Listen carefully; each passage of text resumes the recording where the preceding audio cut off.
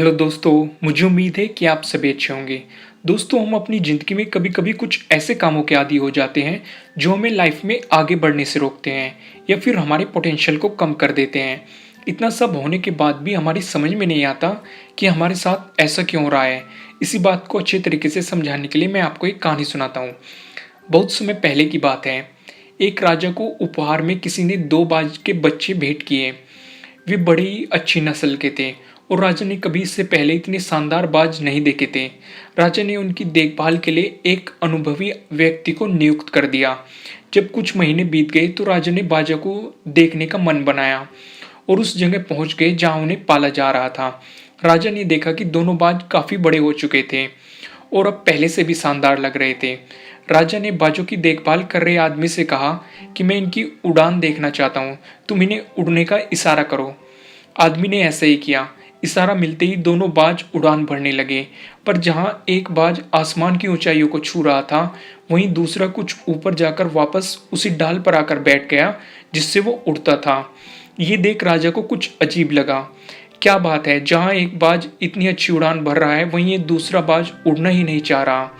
राजा ने ये सवाल उस व्यक्ति से पूछा, तो उस व्यक्ति ने कहा, जी हजूर, इस बाज के साथ शुरू से यही समस्या है, वो इस डाल को छोड़ना ही नहीं चाहता। राजा को दोनों ही बाज प्रिय थे और वे दोनों बाज को उसी तरह उड़ते हुए देखना चाहते थे।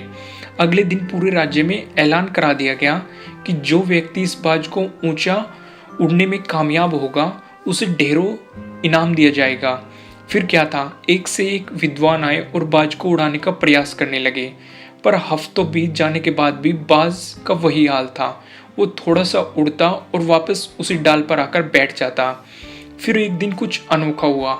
राजा ने देखा कि उसके दोनों बाज आसमान में उड़ रहे थे।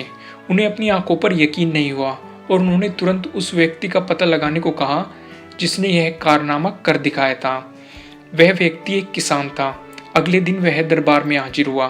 उसे इनाम के रूप में स्वर्ण मुद्राएं भेंट करने के बाद राजा ने कहा, मैं तुमसे बहुत प्रसन्न हूँ, बस तुम इतना बताओ कि जो काम बड़े बड़े विद्वान नहीं कर पाए, वो तुमने कैसे कर दिखाया। तो उस व्यक्ति ने कहा, मालिक, मैं तो एक साधारण सा किसान हूँ, मैं ज्ञान की ज़्यादा बातें तो बिल्कुल भी नहीं जानता। मैंने तो बस वो डाल काट दी जिस पर बाज बैठने का आदी हो चुका था, और जब वो डाल ही नहीं रही तो वह भी अपने साथी के साथ ऊपर उड़ने लगा। दोस्तों, इस कहानी से मैं आपको सिर्फ यही समझाना चाहता हूँ कि हम सभी ऊंचा उड़ने के लिए ही बने हैं, लेकिन कई बार हम जो कर रहे होते हैं उसके इतने आदी हो जाते हैं कि हम अपनी ऊंचे उड़ान भरने की, कुछ बड़ा करने की काबिलियत को भूल जाते हैं। यदि आप भी सालों से किसी ऐसे काम में लगे हैं जो आपके सही पोटेंशियल के मुताबिक नहीं है, तो एक बार जरूर सोचिएगा कि कहीं आपको भी उस डाल को काटने की ज़रूरत तो नहीं जिस पर आप बैठे हुए हैं। दोस्तों, मुझे उम्मीद है कि आपको ये स्टोरी अच्छी लगी होगी, और अगर अच्छी लगी है तो इसे लाइक ज़रूर कीजिएगा, और अगर आप हमारे चैनल पर नए हैं तो सब्सक्राइब करना बिल्कुल मत भूलिएगा। और अगर आप चाहते हैं कि ये वीडियो किसी और के काम भी आए तो आप इसे शेयर भी कर सकते हैं।